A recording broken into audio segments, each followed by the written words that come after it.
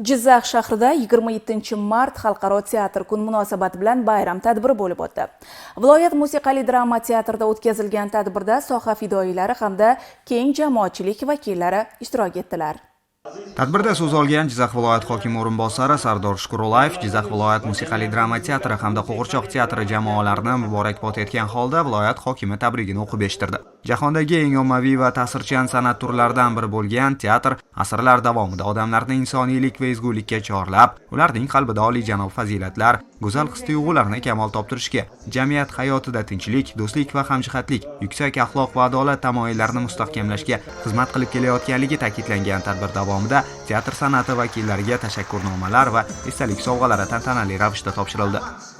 Mana bugun 27-mart Xalqaro teatr kuni. O'zbek teatrlari uchun ham juda ahamiyatli, juda quvonchli kun.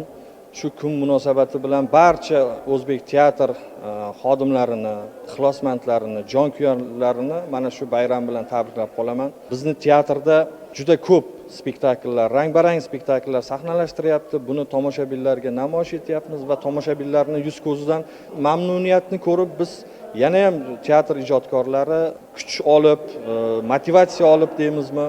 Yana ham yaxshi spektakl sahnalashtirishni reja qilganmiz va mana shu spektakllarni mana shu 21-dan 27-martgacha bo'lgan teatr haftaligi doirasida tomoshabinlarga namoyish etib keldik.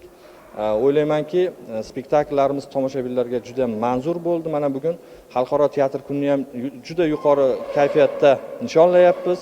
Tomoshabinlarni oldidagi vazifamizni qaysidir ma'noda to'la-to'kis bajaryapmiz deb o'ylayman.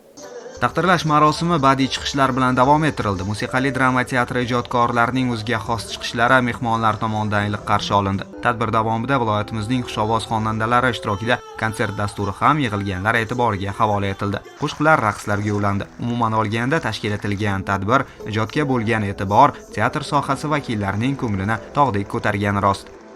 Mana keyingi paytlarda bizning teatrimiz masalan juda ham bir o'zini qo'ygan ajoyib asarlari bilan respublikamiz o'sha teatr tomoshasi muxlislariga juda ham yoqib olyapti. Mana o'zingiz xabaringiz bor, o'tgan yil biz uchun juda ham omadli yillar bo'ldi. Qirg'iziston Respublikasida Tanho yulduz spektakl biz bilan qirg'iz tomoshabinlarini xushnud qilgan bo'lsak, ko'chki spektakl bilan Turkiyadagi Turk ixlosmandlarini, teatr ixlosmandlarini xushnud qilib festivalda qatnashdik.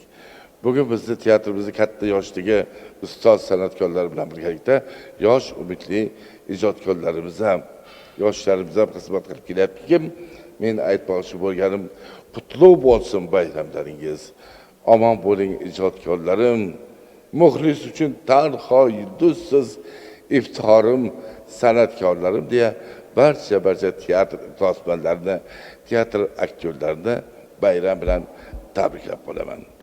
Ta'kidlash joiz, mamlakatimiz bo'ylab barcha davlat teatrlarida 21-27 mart kunlari ochiq eshiklar kuni bo'lib o'tdi. Haftalik doirasida spektakllar namoyishi hamda ijodiy uchrashuvlar tashkil etildi. Shu o'rinda biz ham ijodiy jamoamiz nomidan viloyatimizdagi barcha teatr sohasi ijodkorlari va xodimlarini Xalqaro teatr kuni munosabati bilan muborakbod etamiz.